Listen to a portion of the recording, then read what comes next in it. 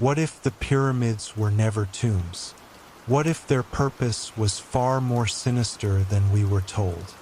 Beneath the sands of Egypt lie secrets carefully hidden behind myths, myths that shaped history and protected power. For centuries, these colossal monuments have been wrapped in deception. But by the final chapter, you'll hear the most disturbing theory of all, the one they buried deeper than the rest. But before we dive in, let me know if you're enjoying this kind of long, gentle history. Feel free to tap that like button and subscribe, only if you truly love what I'm doing here. And in the comments, share where you're tuning in from and what time it is in your city. I always love seeing our little bedtime crew gathering from every corner of the world. Now lower your lights, maybe let a soft fan hum in the background, and settle in. Let's ease into tonight's quiet journey together. Chapter 1.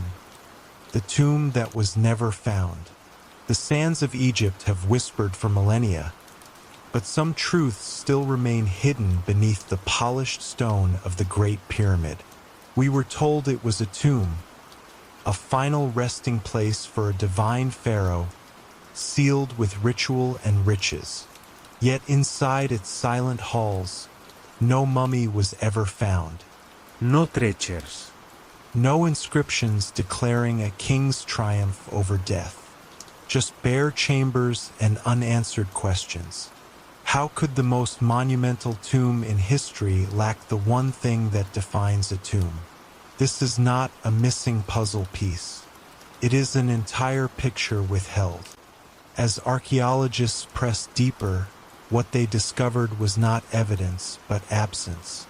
And in that absence lies something more unsettling than decay.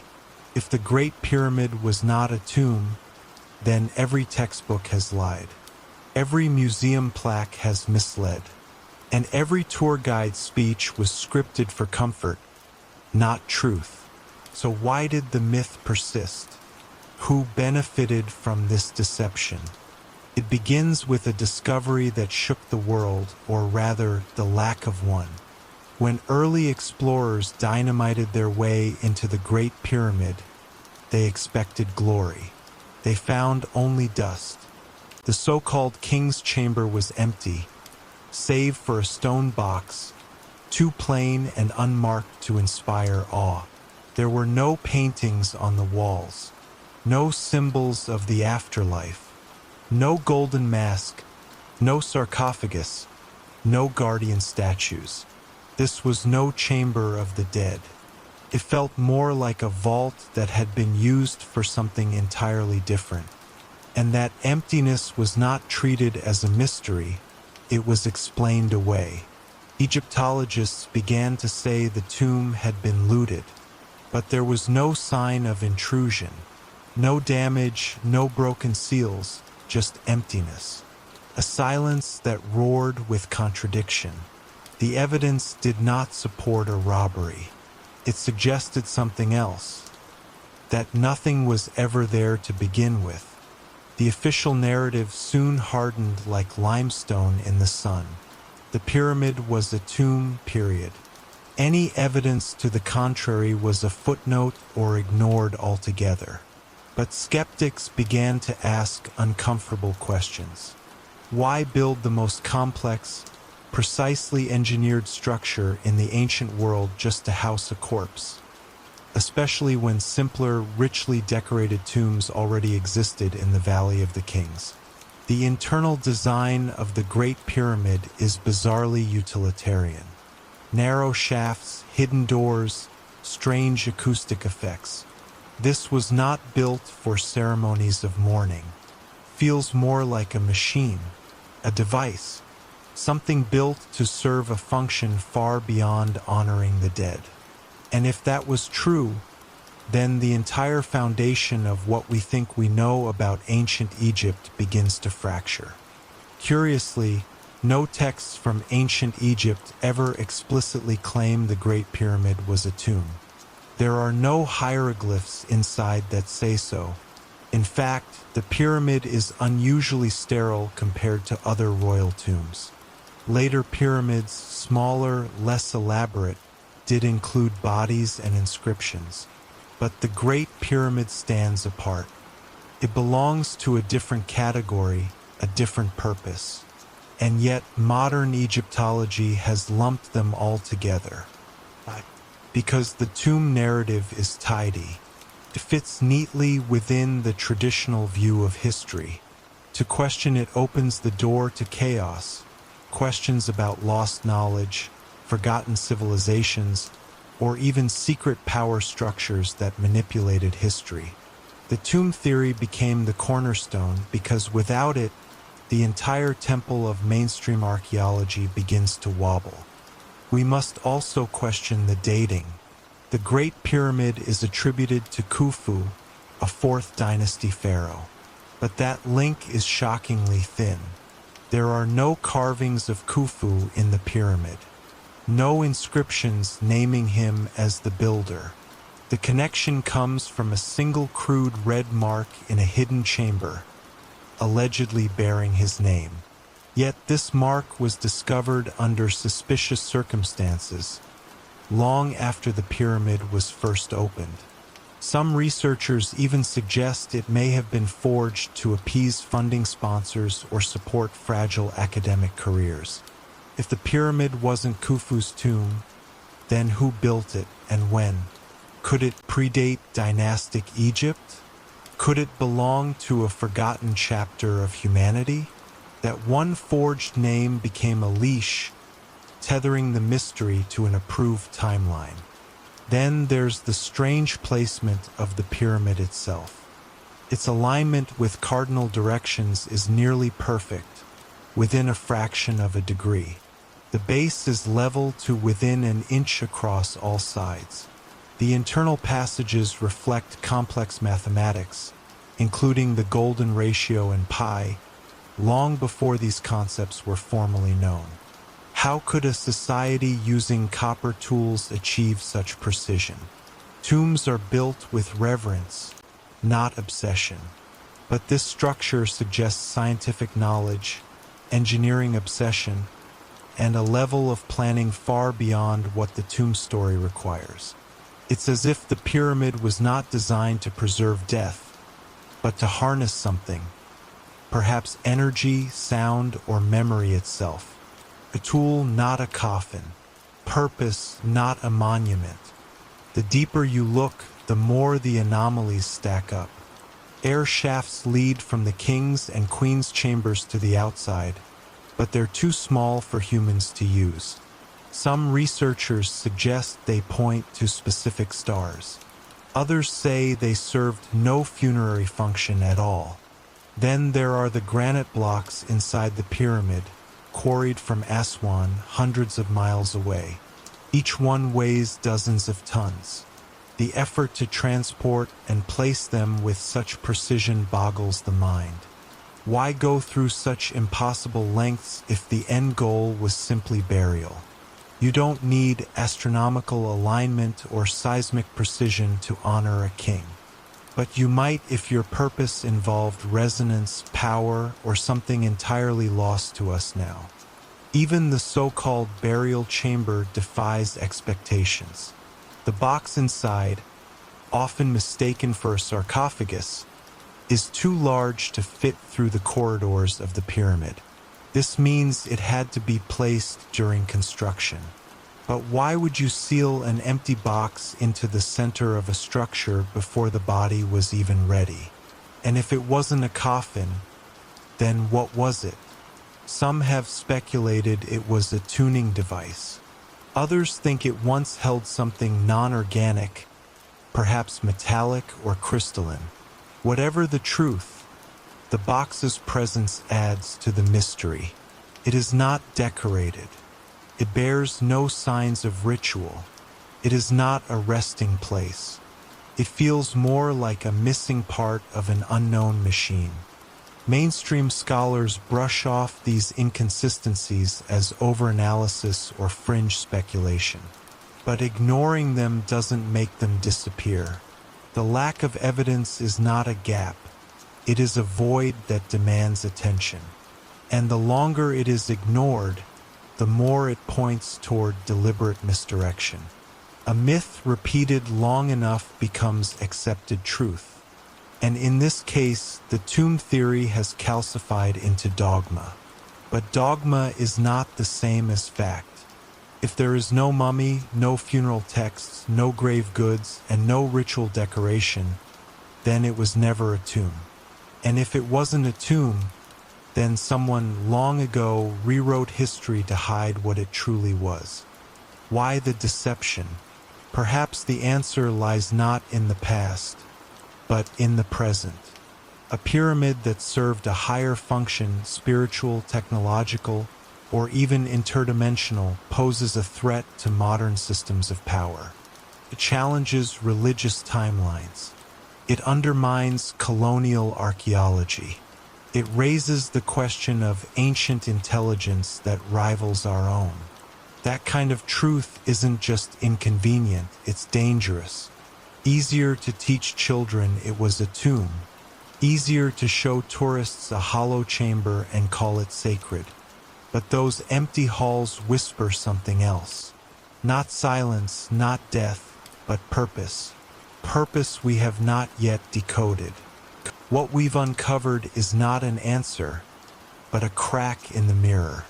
A glimpse of a reality long buried. The Great Pyramid may be the most misunderstood structure on Earth.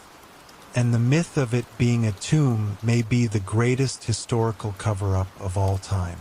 What was it really for? Who built it and why? Those answers have been buried in stone, sealed beneath centuries of convenient lies. But the illusion is breaking. And in the next chapter, we'll go deeper, not into the pyramid structure, but into the lives that built it, and the horrifying truth of the curse they never escaped. Chapter 2: The Curse of the Builders. Long before tourists flocked to the pyramids with cameras, the ancient people who built them toiled in the scorching sun, their backs bent under the weight of stone and silence. Legends speak of a curse, of death following anyone who disturbed the pharaoh's resting place. But what if the real curse wasn't mystical at all? What if it was man-made and far more brutal?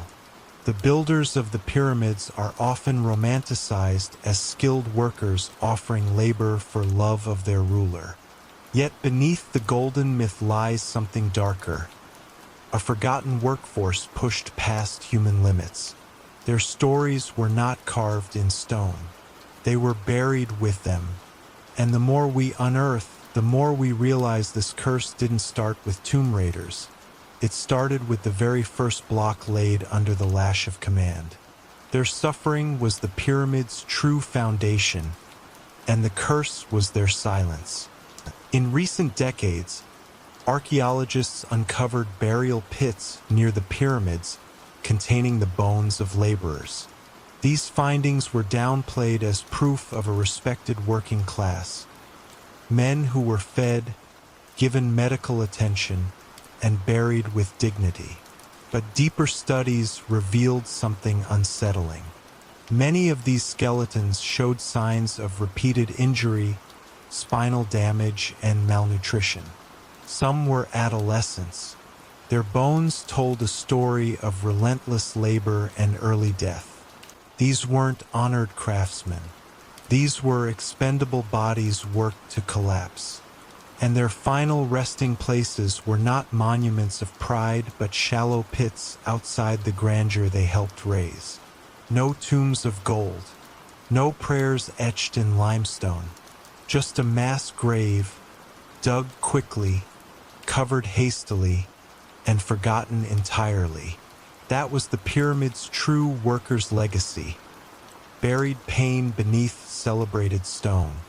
The myth of the supernatural curse likely arose centuries later as a convenient deterrent. It scared grave robbers and foreign explorers alike. But what if it was something more calculated? Something meant to distract the world from the real horrors? Imagine this. The dead laborers, their bodies scattered in hidden pits, could not speak, but their bones screamed the truth. So the story changed. Instead of revealing exploitation, they gave us tales of pharaohs cursing intruders, of mystical deaths and ancient retribution. This narrative painted the pyramids as sacred, untouchable, divine. Conveniently, it buried the very real crimes committed against the nameless souls who built them. The curse was never about protecting the pharaoh, it was about erasing the abused. It was fear used as a mask to hide historical cruelty. Those who did the actual building left no records of their voices, but what we can reconstruct from their remains is haunting. Many had shattered knees, dislocated shoulders, and crushed toes. Others had fused vertebrae from carrying unimaginable weight day after day. These weren't the injuries of honored workers with breaks and benefits. These were the marks of forced labor, perhaps even slavery. Official narratives paint it as organized labor managed by a central authority, and maybe it was. But organized cruelty is still cruelty. The curse wasn't some ancient spell etched in stone. It was written in the suffering of thousands whose names were never recorded. Their labor powered dynasties, but their deaths were footnotes. Their lives were spent like mortar, discarded after use. Even the tools they used raised suspicion. Copper chisels, ropes, wooden sleds, hardly adequate for moving stones weighing tens of tons. This gap in logic suggests that enormous effort was needed to make up for primitive tools. That means more manpower, more hours, more suffering. Some modern engineers question whether such a task could even be completed without breaking the bodies of the workforce. Historical texts speak of rations, camps, and duty, but who writes the history? Those in power. The ones who stood at the top of the pyramid, not those crushed beneath it. The story of generous pharaohs and healthy workers comes not from the mouths of builders, but from the pens of rulers. And rulers rarely confess. Perhaps the most disturbing detail is how swiftly evidence of these workers' fates was pushed aside. Early reports from the 19th and 20th centuries mentioned crude graves, hastily dug holes filled with bones, and signs of mass burial. But as Egyptology became a formal discipline, these discoveries were downplayed. Academics focused instead on royal lineage, art, and symbolism. It was more appealing to paint ancient Egypt as a land of harmony and divine purpose. The truth was messy. The truth didn't fit on a postcard. So it was buried just like the workers themselves. And slowly, the myth of noble construction replaced the reality of industrialized suffering. A sanitized version of history took root, while the victims disappeared from view. Even modern documentaries often glaze over this uncomfortable past. They marvel at the scale, the geometry, the endurance of the stone. But the human cost, measured not in labor hours, but in shattered bodies and stolen lives, is seldom addressed. It's easier to talk about gods than broken bones. Easier to marvel at precision than reckon with pain. And so the myth of the curse lingers, like incense masking decay. But look past the stories, and the truth returns. The real curse wasn't unleashed on those who entered the pyramid. It was borne by those who built it, who died for it, and who were forgotten so completely that only bones remain to speak for them. Imagine building a monument so massive it touches the sky, only to be discarded like a spent tool once your task is done. That was the fate of the builders. Their labor gave birth to the most iconic structure on Earth. Yet they were never meant to be remembered. The grandeur of the pyramids rests on the anonymity of their creators. No statue honors them. No scroll records their names. They were the invisible engines of glory. And in their silence, the myth grew. The myth that the pyramid was sacred, that it killed those who dared to disturb it. But the truth is crueler. The pyramid didn't kill thieves, killed those who created it, and history chose not to remember.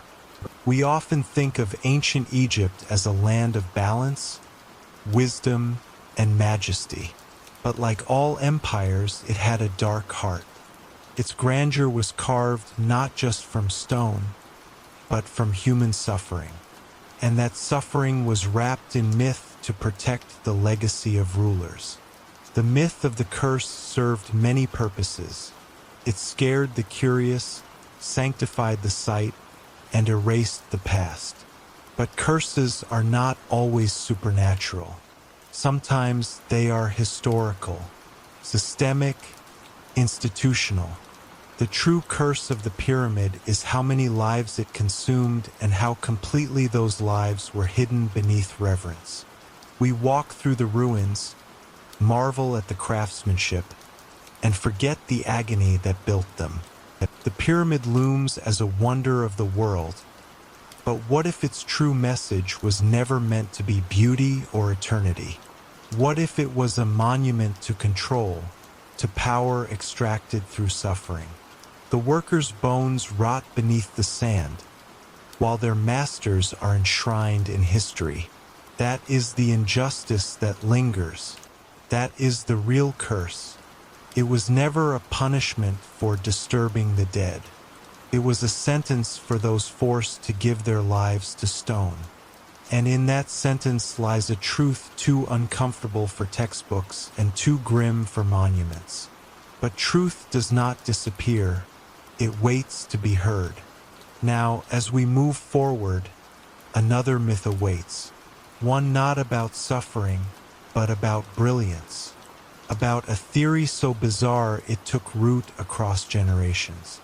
In the next chapter, we confront the idea that humans couldn't have built the pyramids at all, that something else did. But behind that fantasy lies a darker reality. How ancient intelligence was erased by prejudice and replaced with aliens. The real mystery, as always, is why. Chapter 3: Alien Architects or Ancient Genius. It's a theory that refuses to die. That the pyramids, so massive, so precise, so mysterious, must have been built by something other than humans. By extraterrestrials. By beings from another world. The idea captures imaginations, fuels documentaries, and fills late-night conversations. But behind the fantasy lies something far more troubling. Because to claim that aliens built the pyramids is not just a stretch of imagination, it's an erasure. It dismisses the brilliance of ancient Egyptians. It implies they couldn't have done it themselves. That theory did not emerge from wonder alone. It was born from prejudice, from colonial arrogance, from a time when Western minds couldn't accept that African people, non-Europeans, could achieve greatness without outside help. And this isn't just a mistake of the past. The damage lingers today, cloaked in the guise of curiosity. But when we pull back the curtain, we find that this alien myth hides an insult buried deeper than any sarcophagus. When 19th century explorers arrived in Egypt, they came not to learn, but to conquer through science, maps, and control of knowledge. Many of them believed in the superiority of Western civilization. They saw the local people not as descendants of the pyramid builders, but as primitive caretakers of a lost wonder. So when they stared at the Great Pyramid, they couldn't reconcile what they saw with their beliefs. The structure's precision, scale, and endurance didn't fit their framework. So they rewrote the narrative. They said the ancient Egyptians must have had help, divine help, or help from another world, because acknowledging indigenous genius would challenge everything they had been taught. Easier than to invent a cosmic hand than to credit a culture they considered beneath them. The alien theory at its core wasn't wonder, it was a weapon. The early versions of this theory didn't mention aliens. They spoke, instead of lost civilizations, Atlanteans, even angels. But the message was the same. The pyramids were too advanced for Africans. By the mid-20th century, as science fiction blossomed and humanity looked to the stars, these lost architects evolved into extraterrestrials. And suddenly, what had been colonial prejudice turned into a global mystery. Books were published, shows were broadcast, millions were captivated. But few stopped to ask, why is this theory applied to Egypt and not to cathedrals in Europe? Why are Roman roads attributed to engineering, but Egyptian pyramids to aliens? The bias is not accidental. It reflects a long history of underestimating and undermining non-Western achievements. The alien myth spread not because it was logical, but because it was convenient. And the myth kept evolving. The pyramids, according to some, are star maps, landing pads, beacons for spacecraft, the evidence, vague alignments, unexplained artifacts, and a sense of wonder wrapped in pseudoscience. Ancient texts were reinterpreted to hint at visitors from the sky. But these interpretations often ignore the original meanings and contexts. They cherry-pick symbols and twist them into narratives that match a predetermined conclusion. Meanwhile, actual Egyptian knowledge, math, astronomy, engineering was ignored. The ancient Egyptians left behind ample evidence of their skills. Their records describe surveying tools, workforces, and techniques. But alien theorists don't need facts, they need mystery. They need a gap, and they fill it with fantasy. Not because the truth isn't there, but because the truth isn't exciting enough for them. Or maybe because it's too uncomfortable to accept. The alien narrative has taken root in pop culture. Children learn about it before they learn real history. Documentaries suggest it as fact. Museums avoid the subject but can't compete with the thrill it brings. And so, the myth grows stronger while the truth weakens. Yet, look closer and the pyramid's true genius reveals itself. The alignment to true north, the consistent slope angles, the interlocking stones with microscopic precision. These were not signs of magic or alien intervention. They were the result of advanced knowledge, developed, refined, and passed down over generations. But that kind of patience and intelligence doesn't make headlines. It doesn't go viral. It doesn't challenge the systems that have spent centuries placing one culture above another. Perhaps most damaging of all is how this myth disconnects people from their heritage. For Egyptians, it sends a chilling message. Your ancestors couldn't have done this. For Africans, it reinforces a lie that great achievements only come from the outside. And for the world, it builds a distorted view of history, one that replaces facts with fantasy and identity with myth. This isn't just academic. It affects how people see themselves, how they are treated, how their past is valued. The alien myth may seem harmless, but it chips away at cultural pride, historical truth, and intellectual legacy. And all for the sake of a story that's more spectacle than science. And yet, this myth endures because it feeds a need to believe that there is more out there, that we were touched by something greater. But perhaps the real greatness was always right here, in the minds of the ancient engineers, in their ability to dream on a scale we still struggle to replicate, in their understanding of the earth, the stars, and the materials around them. To admit that is not to diminish wonder, but to elevate humanity. To recognize that we don't need aliens to explain brilliance. We only need to look past the lies we've inherited. In recent years, some scholars and creators have started pushing back. Documentaries, lectures, and articles are slowly reclaiming the narrative. They highlight the true methods used, the workers involved, and the cultural richness behind every block laid. They reveal how the Egyptians tracked the stars, measured land, and organized labor on a massive scale. These efforts are helping peel away layers of myth, revealing a truth far more empowering than alien fiction. But the alien theory still looms large. It whispers from bookshops, late-night shows, and online forums. And unless challenged, it will keep feeding on ignorance and fascination alike.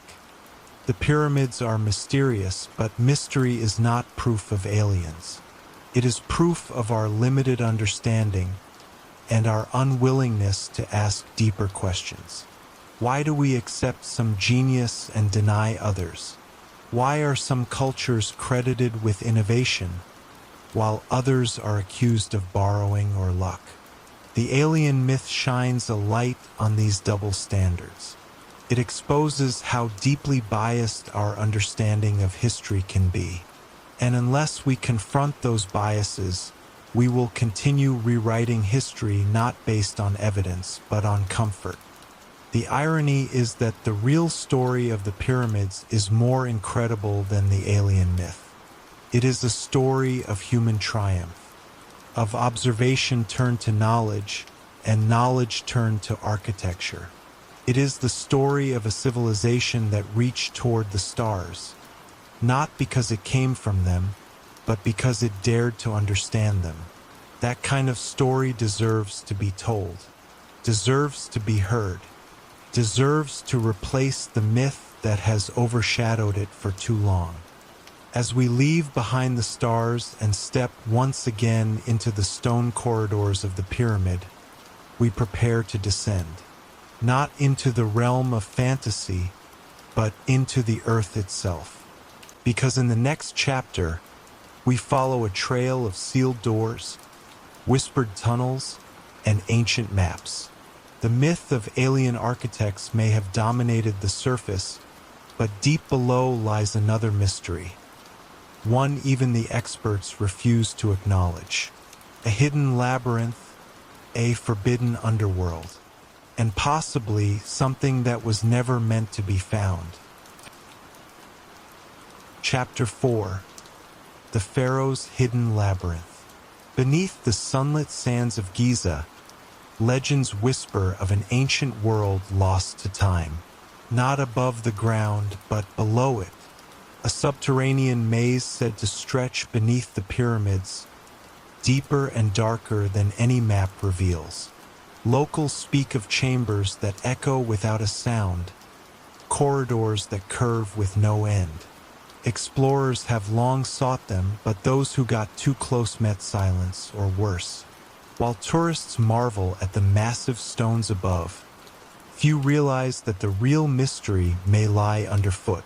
The ancient Egyptians called the underworld Duat, a place where gods tested souls. But what if that concept wasn't just symbolic? What if the ancients built a real Duat, a hidden network where secrets of power, judgment, and even death were locked away? Some believe this labyrinth was designed to protect sacred technology. Others think it was meant to keep something trapped. Either way, the surface may only be the beginning. The earliest known accounts of this hidden realm trace back to Greek historians who claimed vast chambers beneath the pyramid complex. They described pillars inscribed with hieroglyphs, rooms echoing with water, and winding passages like veins beneath the earth. Modern scholars dismiss these tales as exaggerations, but too many stories align across centuries. In 2008, a televised team claimed to discover sealed chambers beneath the sands of Hawara, far from Giza, yet built by Pharaoh Amenemhat III, whose tomb was long suspected to have links to the Labyrinth myth. What they found were flooded corridors and hollow voids, sealed off with unnatural precision. Then the project was abruptly halted. Permits were revoked, cameras stopped rolling. Why would a promising dig be buried in red tape? Unless they found something they weren't supposed to. Satellite scans of the Giza Plateau have shown anomalies beneath the surface, large, rectangular voids too precise to be natural. Yet no mainstream excavation teams have been allowed to follow up. The Egyptian government, protective of its heritage, offers vague reasons. But independent archaeologists suspect something more guarded. Old British military maps from the early 20th century show notations near the pyramids marked with strange codes and blocked routes. These maps, not intended for the public, suggest that the British, who once occupied Egypt, were aware of something unusual beneath Giza. They may have even explored it. Some believe they removed relics that now sit in private collections or hidden museum vaults. If so, then the real story of Giza was stolen in silence. In 1935, an expedition led by Dr. Salim Hassan claimed to have discovered a massive subterranean network under the pyramid complex. His reports, once published in obscure journals, described carved staircases descending into chambers large enough to hold hundreds. The passages were damp, partially collapsed, and crawling with snakes. But what shocked him was the presence of polished walls and large stone doors with mechanical hinges, an anomaly far beyond the known tools of the era. Curiously, after a few years, Dr. Hassan's research went dark. He never returned. The site was sealed. His colleagues never spoke of it again. Documents related to the expedition vanished from university archives. Were they silenced? Or were they warned? Some early 20th century explorers claimed to hear strange humming sounds coming from beneath the ground at night near the pyramids. Locals refused to dig too deep, believing they might disturb something sacred or dangerous. One story tells of a small team that entered a narrow shaft near the Sphinx, only for 2 members to disappear inside. The survivor returned days later, barefoot and silent, unable to speak. The shaft was quickly bricked up. These tales, though chilling, echo older Egyptian beliefs of guardians of the underworld. Jackals, serpents, and shape-shifting entities were said to dwell within these passageways, punishing trespassers. Could these be metaphors or warnings wrapped in myth?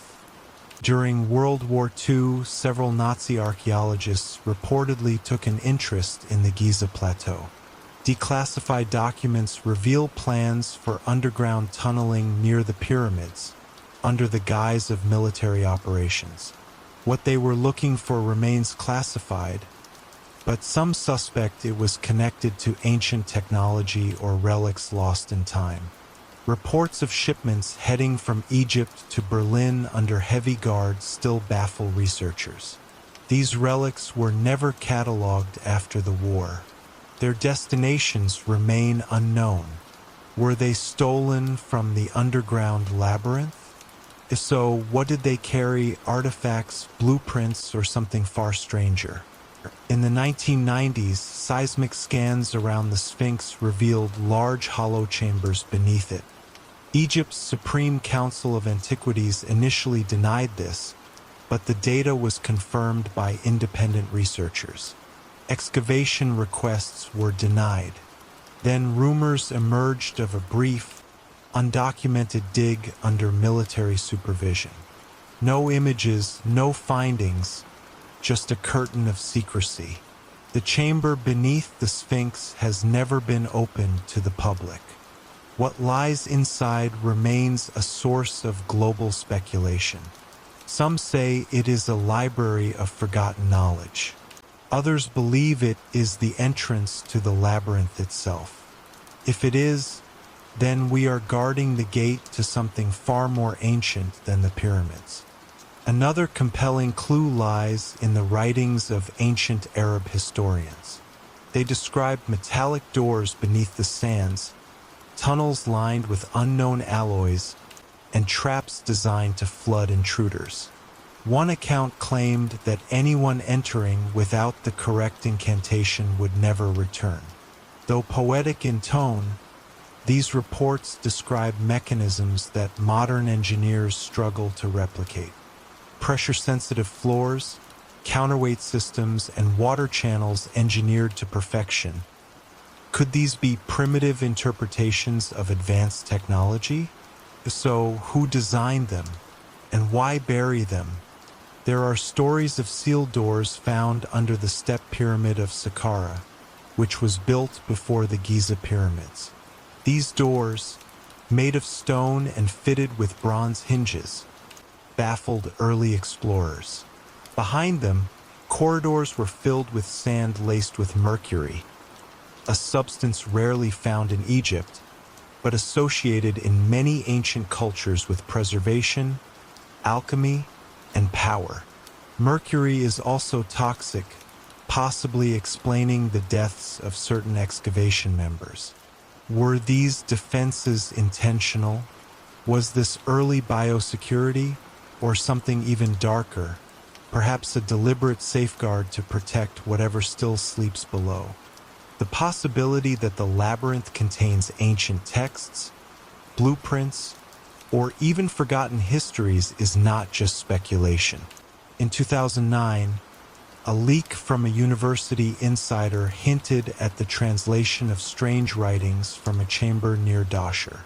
The symbols, unlike known Egyptian script, seemed older and more complex. They referenced a place of judgment beneath the pyramid, an initiation zone where knowledge was earned through trials. The account was dismissed as a hoax, yet the professor behind it was quietly removed from his post. His research never resurfaced. Coincidence or censorship? For centuries, the mystery of the labyrinth has persisted, not just in stories, but in silence. The silence of authorities, of academic institutions, of explorers who never returned. If this underground maze truly exists, then what is being hidden from us? Perhaps it holds the final answers about the pyramids, why they were built, who built them, and what knowledge they were meant to guard. Or perhaps it was never meant to be found at all. A defense system left by an ancient civilization, not against intruders, but against the future itself. Whatever the truth, the sand still watches, and it does not easily give up its secrets. One thing remains certain: the ground beneath the pyramids is not dead. It breathes, it waits. The labyrinth, whether myth or memory, continues to call. Not to be explored, but to be understood. Until we face what lies beneath, we may never truly understand the pyramids above. And if what sleeps in the dark is disturbed, the consequences might echo louder than we ever imagined.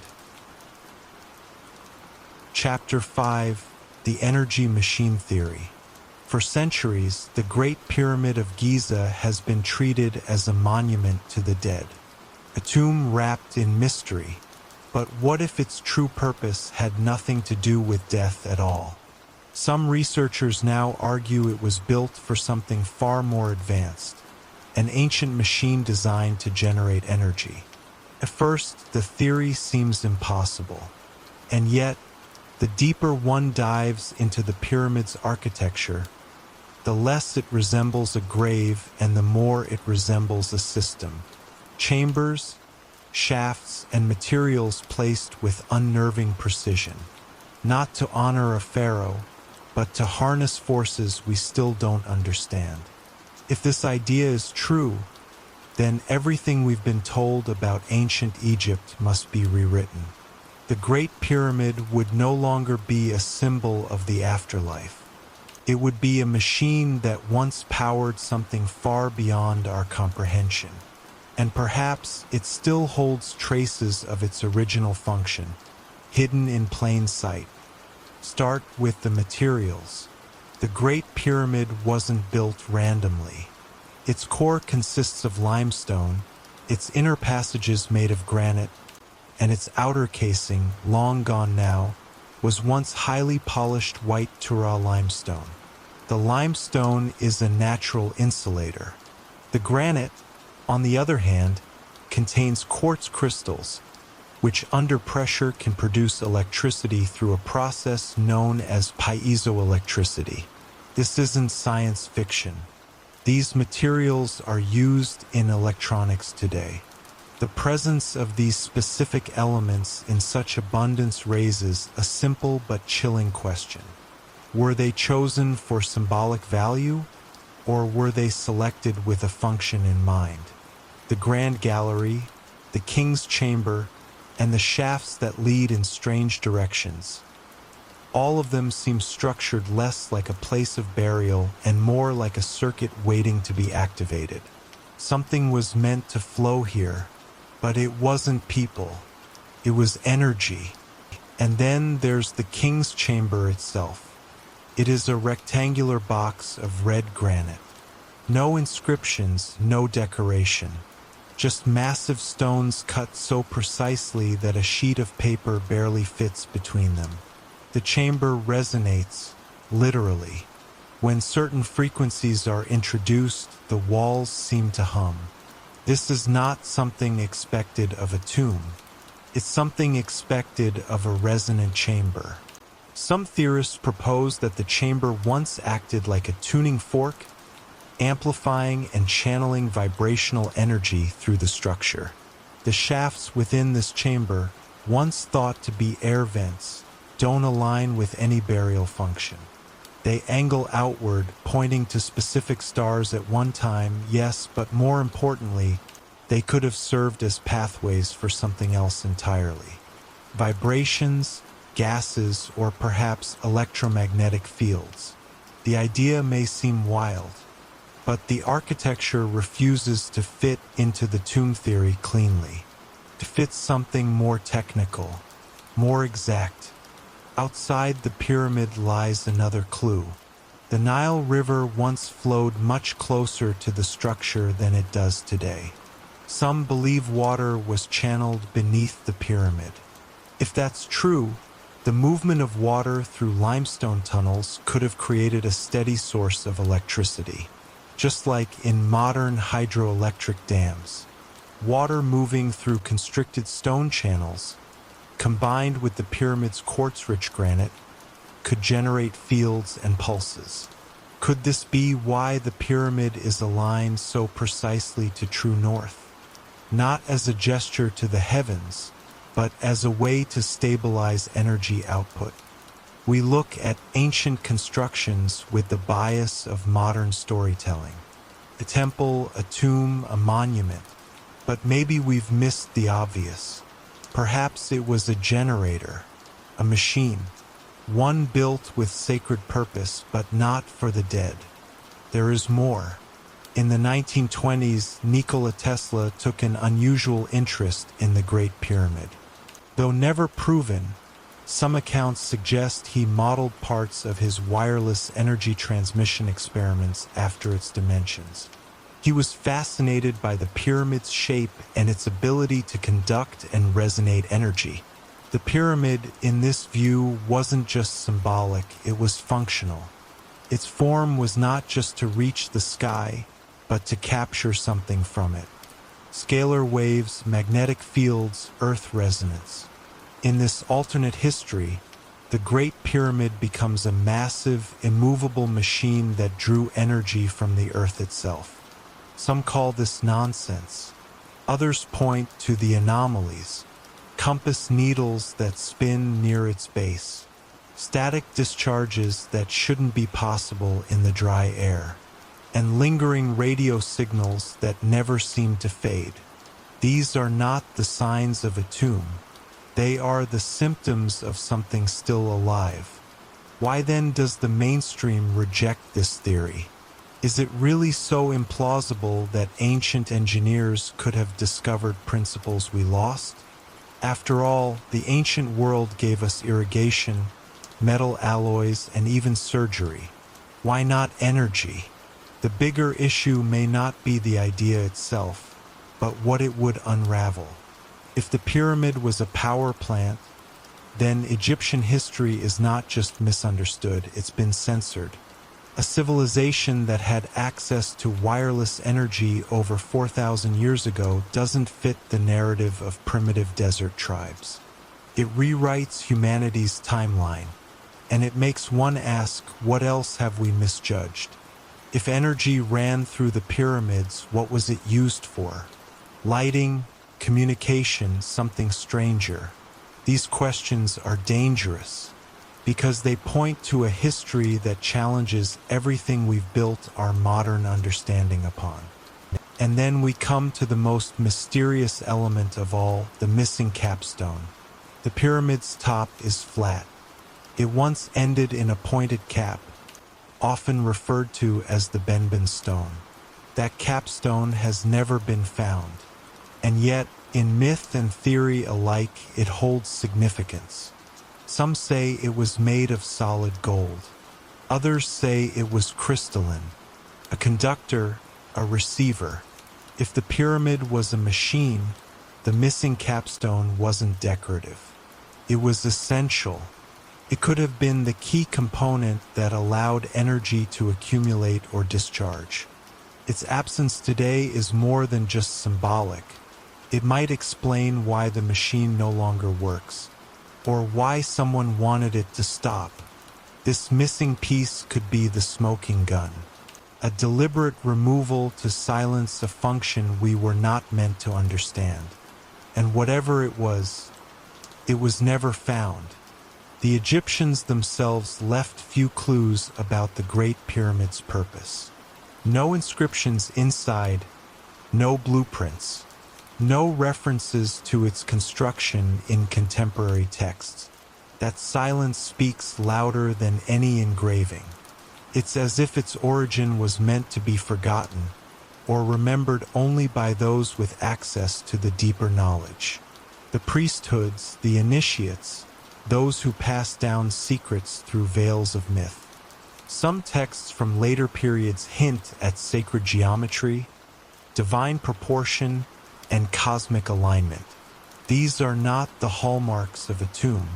They are codes, mathematical signatures woven into the stone, frequencies translated into architecture, symbols of something greater. And when decoded, they don't tell the story of a burial, they suggest a map to power, a kind of energy the ancients called sacred, but today we would call advanced. Modern studies have only deepened the mystery. In 2017, scientists using cosmic ray imaging discovered previously unknown voids within the Great Pyramid. Massive chambers above the Grand Gallery. Empty spaces where nothing should be. We still don't know their purpose. But if this was a machine, these voids might have held components. Pressure chambers, resonators, or something we've yet to imagine. Why are they hidden? Why were they sealed? And why is there so little interest in opening them? Could it be that those in power already suspect what's inside? That confirming the pyramid's technological purpose would collapse the accepted timeline of history. If this was a machine and we can prove it, then our ancestors were not just builders. They were engineers of a lost science. In some ways, the theory is terrifying. It implies that humanity once harnessed forces we no longer understand. that the past was not a slow crawl from ignorance to light, but a cycle, a rise and fall. The pyramid in this light is a survivor, a relic not of kings, but of knowledge. And if it was once activated, if it once thrummed with energy drawn from the earth and sky, then what else was possible? What else was lost? The myths say the gods gave men fire, but maybe long before that they built pyramids, machines carved from stone, devices so advanced they became indistinguishable from myth. And now the machine sleeps, waiting for the missing piece, or perhaps for someone to remember how to turn it back on. Skeptics will say this is fantasy, fringe speculation, but ask yourself, how often does truth hide in what we call myth? The energy machine theory may never be proven in full, but the evidence grows stone by stone, anomaly by anomaly, and every new discovery hints at a purpose far beyond burial. A machine buried in history, and one day it may be uncovered, and then we'll no longer ask if it was real. We'll ask why it was hidden, and who kept the switch turned off. Chapter 6. The Stolen Blueprints of Atlantis. The legend of Atlantis has hovered like a ghost over human history, dismissed by many, yet impossible to ignore. It speaks of a lost civilization, one so advanced that even the grandest empires pale beside it. And yet, strange clues around the pyramids suggest a link between these impossible structures and the fabled island that supposedly vanished beneath the sea. As Egypt rises from the sands with impossible geometry and engineering that seems centuries ahead of its time, some believe we're staring at Atlantean fingerprints. What if the ancient Egyptians weren't the originators of this brilliance, but the inheritors? A civilization shattered by cataclysm might have passed on its secrets to a new world rising from the mud of the Nile. That story, however, was never meant to survive. It was buried beneath stone and silence, protected by myth, and only now do the edges begin to show. What did the Egyptians know that wasn't theirs to begin with?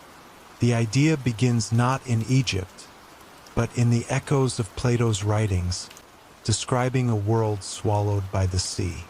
While most scholars treat Atlantis as allegory, others are not so sure. They point to sudden leaps in Egyptian engineering, a leap too fast and too vast to be explained by normal evolution. The pyramids arrive almost fully formed, perfect, massive, and enduring. There is no trial and error, no long chain of prototypes. Instead, the Great Pyramid stands like a monolith from another age. Could that be the point? That it was from another age, carried in memory or documents, by survivors who brought their knowledge to the Nile. This theory isn't just about a sunken city. It's about the origin of civilization itself. And what it suggests is this: the Egyptians may have built the pyramids, but the idea, the blueprint, was never theirs. What makes this theory more than fantasy is the architectural evidence that refuses to conform. The Great Pyramid, unlike later Egyptian structures, lacks the inscriptions, rituals, and religious flourishes we expect. It feels alien in its precision. Its dimensions encode astronomical data with near-perfect accuracy. Its alignment to true north is within a fraction of a degree. It is not only a monument, it is a message written in mathematics. And that mathematics echoes knowledge believed to be far beyond ancient capability. Golden ratios, pi, the speed of light embedded in coordinates, coincidence? Or design? For those who suspect Atlantean origins, these are not accidents. They are clues left in stone, like a language of lost knowledge speaking from the Earth's oldest wound. Even more disturbing are the construction methods, or rather, the lack of them. No clear record explains how the stones were cut, transported, or raised with such precision.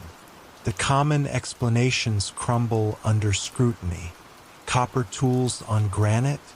Wooden sled draguine 80 ton bloc?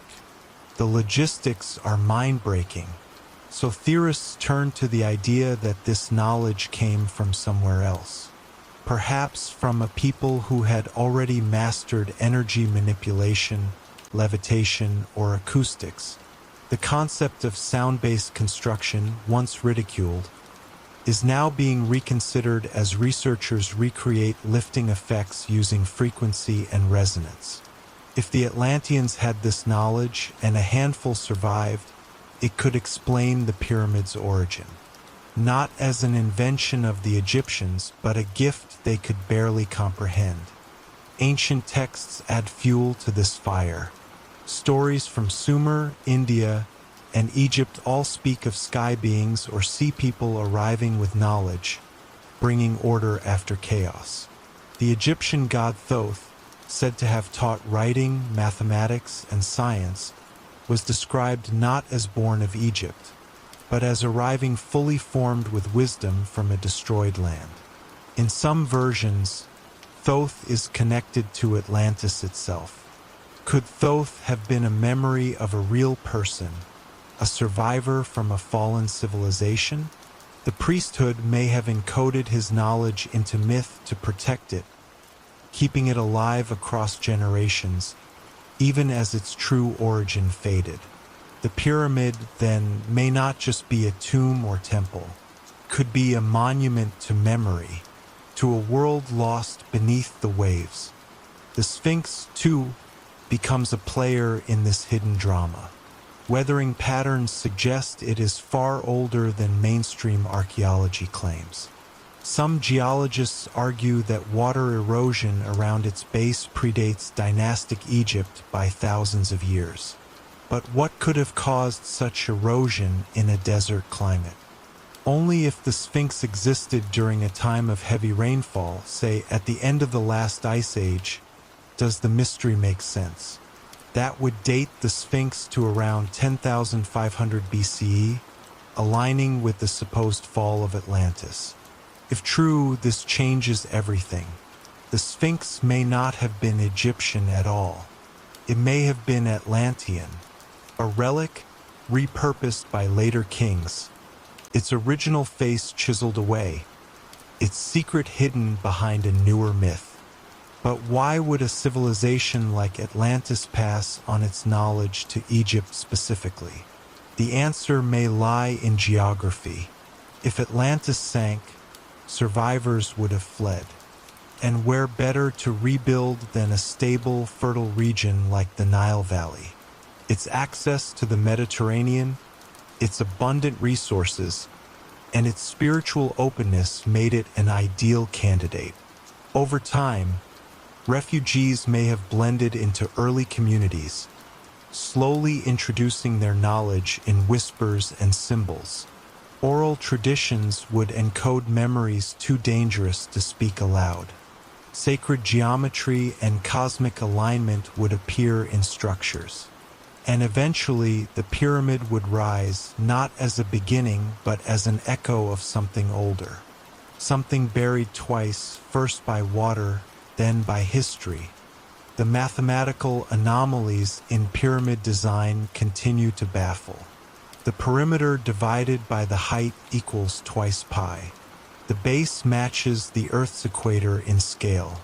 The structure's placement aligns perfectly with Orion's belt. These aren't random facts. They are precision choices. But for a culture that supposedly lacked the wheel and basic tools, how could this be? Unless they were working from a guidebook, something left behind. Blueprints, not myth, instructions, not imagination. Perhaps this knowledge was kept in secret scrolls or carved into stone hidden beneath the structure. And if those records ever existed, someone ensured they would never be found. Or, more ominously, someone found them and never shared them.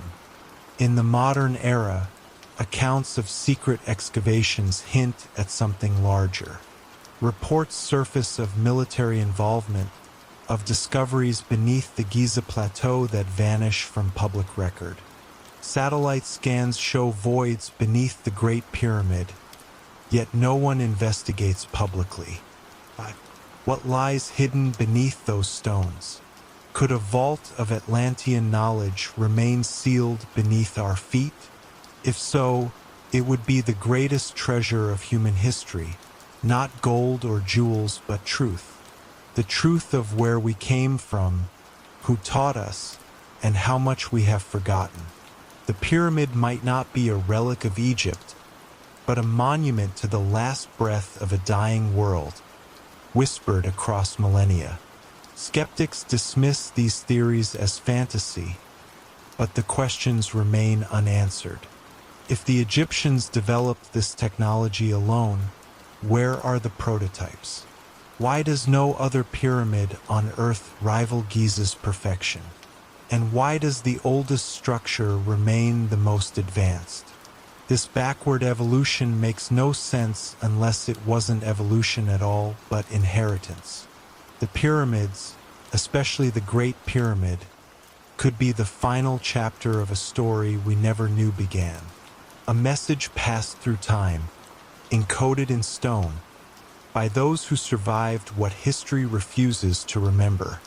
In the end, whether Atlantis existed as described or not, the patterns in the pyramids suggest a knowledge that defies its time. A jump too great to explain with traditional history, a knowledge that feels transplanted. And if we dare to believe it, then the implications are staggering. Civilization may not have risen once, but twice. First as a golden age lost to cataclysm, then again, seeded by those who carried its spark. The pyramids, then, are not just tombs, temples, or machines. They are time capsules from a world that once was, and a warning of what happens when knowledge drowns in silence. Chapter 7: The Vatican, the Pyramid, and the Scrolls. Deep beneath the sands of Giza, legends whisper of more than just stone. They tell of secrets, scrolls, artifacts, ancient texts, buried not only under the pyramid, but also within the vaults of the most powerful religious institution on Earth. The Vatican, with its miles of forbidden archives, has long been accused of guarding truths too dangerous for the public eye. What if among their relics lies a key to the pyramid's real purpose? In the 1800s, explorers, many of them clergy, ventured into Egypt with more than curiosity. They carried agendas, funding, and orders from the church itself. But after their expeditions, many disappeared, and so did their journals. What were they trying to hide? And more importantly, why would the Vatican need to suppress discoveries that could rewrite not just Egyptian history, but also the origins of human civilization and religion itself? It begins with a strange coincidence. In 1823, a Jesuit priest named Father Leon was sent to Cairo to study early Christian relics, but he never returned. The only evidence of his trip was a weathered map discovered decades later in a Vatican archive, marked with peculiar symbols near the Great Pyramid. This map referenced an underground chamber, not catalogued in any Egyptian registry. It was sealed inside a papyrus scroll written in a mixture of ancient Greek and Coptic. Why would a priest carry a document like this, unless he was searching for something lost and forbidden? And why, upon its discovery, was the map immediately locked away, never seen again by the public? The church claimed it was meaningless, yet its precise annotations aligned with recent underground scans performed beneath the Giza Plateau. More anomalies emerged in 1865, when another priest, Father Domenico, wrote letters detailing a hidden manuscript found near the Sphinx. This manuscript, according to his descriptions, contained diagrams of a chamber that did not match any known tomb or temple. It also included references to celestial alignments, harmonic frequencies, and a mysterious phrase, "the light that speaks beneath the stone." These letters vanished soon after being delivered to Rome. When questioned, the Vatican stated that Father Domenico had died in an accident. But independent records show no death certificate, no burial, no confirmation of any kind. It was as if he had been erased. Those who later mentioned his findings were reportedly warned, dismissed from their posts, or silenced altogether. Why would the Vatican involve itself in pyramid research at all? To answer this, we must look back even further. For centuries, the Church maintained that anything predating Genesis was either myth or the work of demons. Acknowledging older civilizations, especially ones that rivaled or surpassed biblical narratives, posed a threat to doctrinal authority. If evidence surfaced that the pyramids were not built by Egyptian pharaohs but inherited from an antediluvian race, or even constructed by beings possessing advanced knowledge, then the timeline of creation itself would unravel. And with it, the foundation upon which the Church had built centuries of power. So the best defense was silence, denial, and concealment of inconvenient truths. But silence can only last so long. In 1931, an archaeologist named Dr. Abel Russo received access to a portion of the Vatican archives. What he found disturbed him. He reported files labeled Project Lux Mundi, translated Light of the World. These documents detailed a covert collaboration between the Vatican and early European Egyptologists. Their shared goal: locate a set of scrolls rumored to be sealed beneath the Great Pyramid. These scrolls were said to contain pre-Mosaic teachings, mathematical laws encoded in geometry, and blueprints of a structure not yet built. Dr. Russo was warned to abandon his investigation. He refused. Months later, his home burned to the ground. No remains were found. His notes vanished with him. Only a colleague, who managed to smuggle a page from his diary, kept the story alive. That page described a chamber beneath the pyramid accessed through a tunnel flooded by groundwater. He wrote of walls covered in inscriptions that glowed under torchlight, and of scrolls kept inside a crystalline box. The writing, he claimed, was neither hieroglyphic nor Sumerian, but something older, a symbolic language with recurring patterns of 3 and 7. He described the chamber as having no tomb, no sarcophagus, only a device, half broken, half dormant, that hummed when touched. If true, this would mean that the Great Pyramid held not only spiritual relics but technological ones, and whoever controlled access to them held power over the narrative of history itself. It's no coincidence that the Vatican possesses one of the world's largest collections of banned books and untranslatable texts. What if among them are the scrolls taken from Giza, sealed in lead-lined chests, studied in secrecy by select theologians? Rumors persist of a document titled The Testament of the Sun Builders, allegedly written in proto-language and stored in the Apostolic Library. It outlines a race of teachers who came before Egypt, before Sumer, who used sound, light, and vibration to shape matter. If such a text were ever made public, it would not only challenge the story of human origin, it would collapse the divide between science, religion, and myth. Why would the Church bury such evidence? Some say it's about control. Others believe the truth is more terrifying, that the pyramid is not a relic of the past, but a dormant machine awaiting activation. A device connected to prophecies buried within apocryphal gospels the Vatican refuses to publish. One such gospel, referenced in the Lost Codex of Marcus, speaks of a mountain of stone that sings at the end of time. Was it metaphor, or was it describing something we've mistaken for a monument? Perhaps the church knew the answer. Perhaps they feared what would happen if the wrong people heard the song. Modern technologies like ground-penetrating radar have revealed voids beneath the Great Pyramid, chambers that no living soul has entered in modern history, yet access is denied. Every request, every petition is buried under bureaucratic delays. Some suspect international collusion, with religious and governmental bodies working together to keep certain doors sealed. What lies behind them?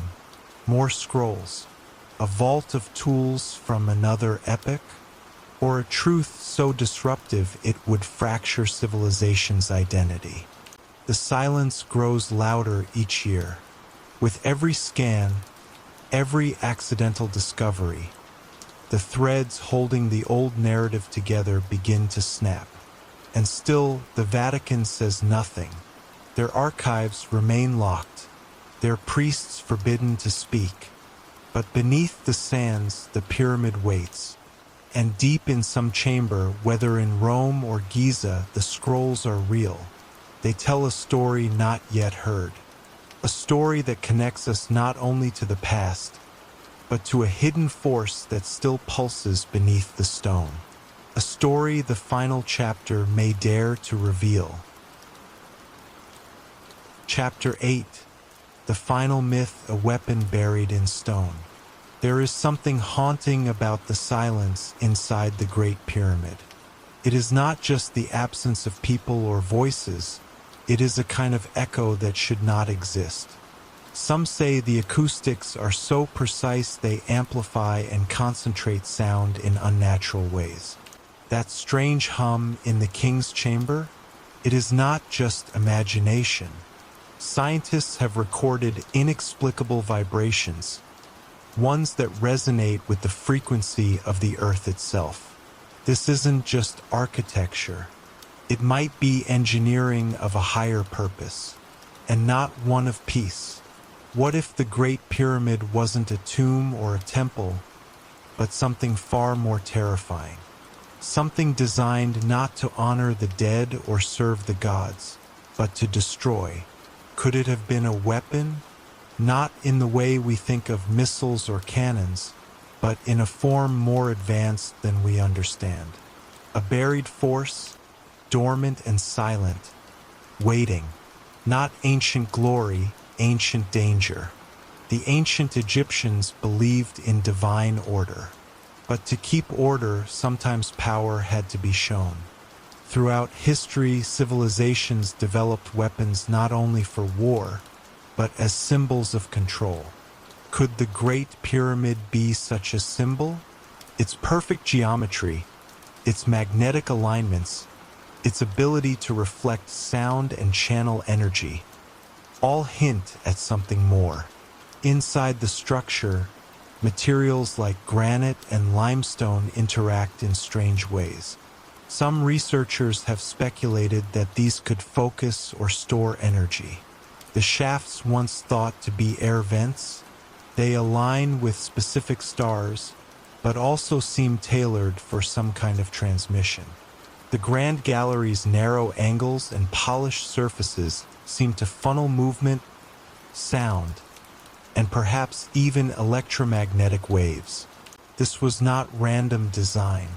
It was deliberate, and if it served a destructive function, it was cloaked well, hidden beneath the illusion of reverence and stone. In 1997, a group of physicists noticed odd electromagnetic readings near the apex of the Great Pyramid. The spikes were brief but real. No source was found, no cause explained. Later, when radar equipment was brought into the pyramid, parts of it seemed to cancel out signals altogether. Some chambers refused to echo, others created feedback loops. The granite in the king's chamber responded unusually to pressure and heat. These are properties more common in devices than in buildings. Could this entire structure have been part of something more? The precision with which the pyramid was built, less than a quarter-inch of error in 13 acres, goes far beyond what was needed for a tomb. And the enormous effort it took to haul and position the materials raises another question. Who would do all this unless the stakes were far greater than we assumed? Acoustic experiments inside the pyramid revealed something startling.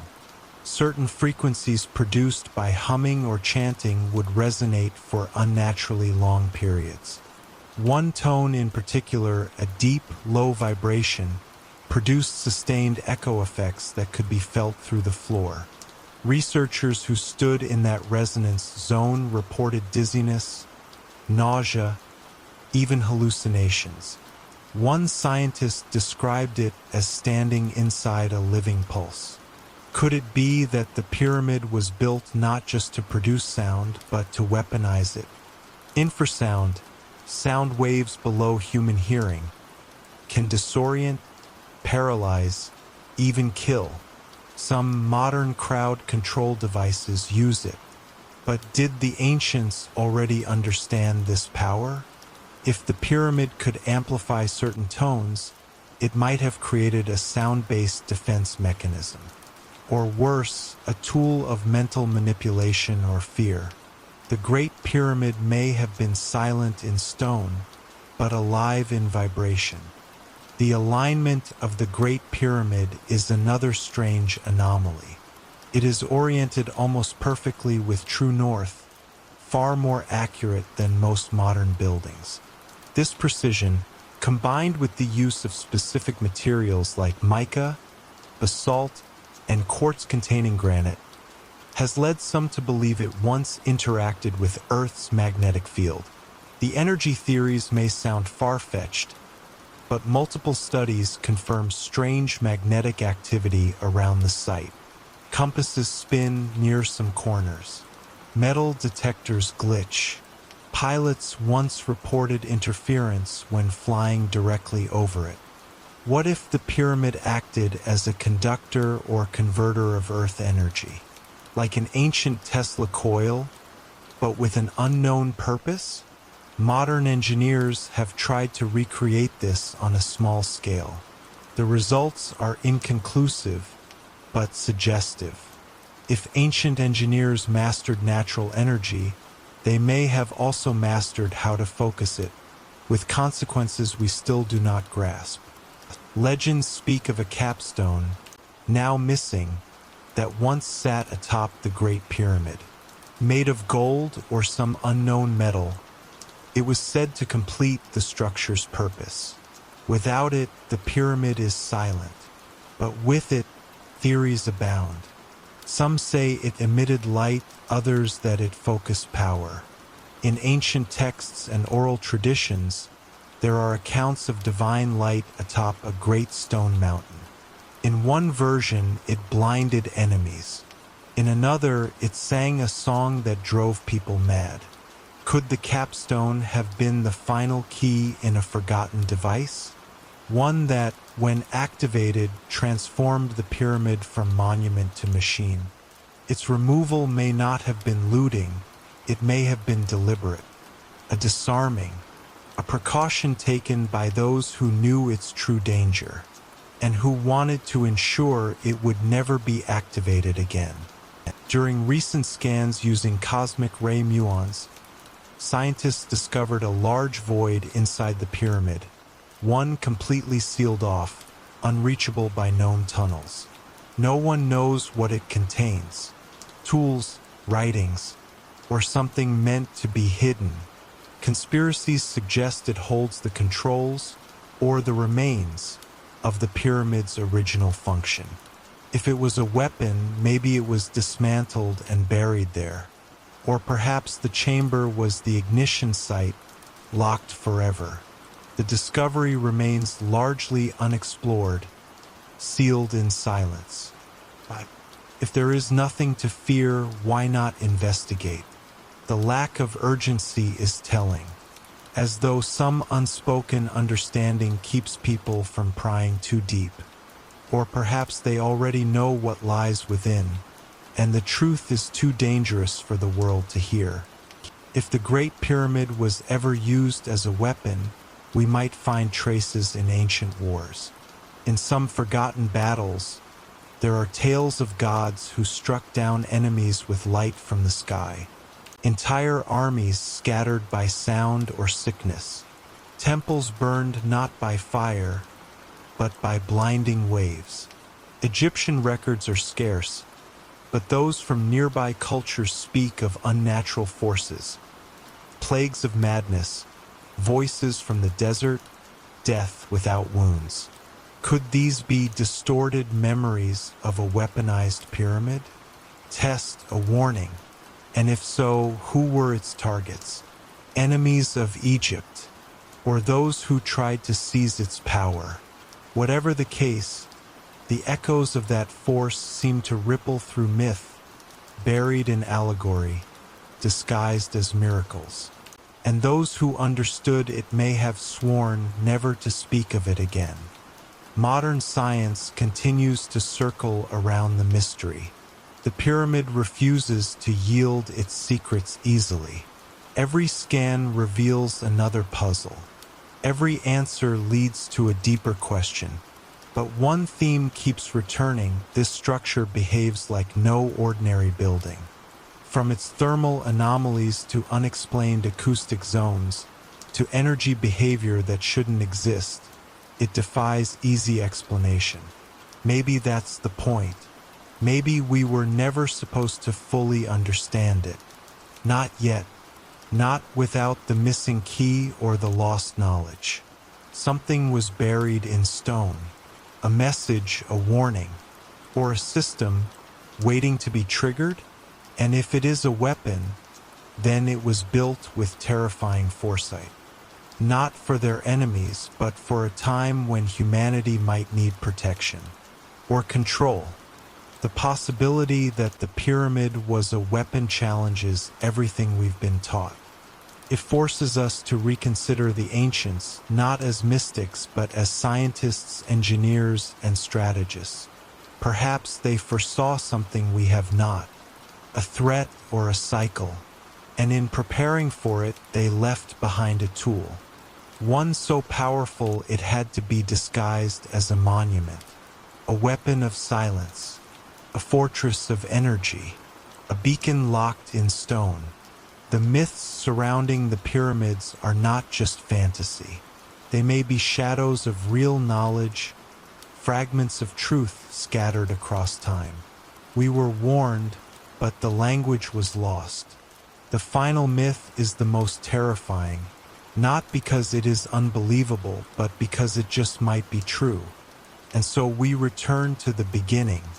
8 dark myths, scattered like dust across the chambers of the past, each one pulling back a veil on a story we thought we knew. But the last myth stands apart.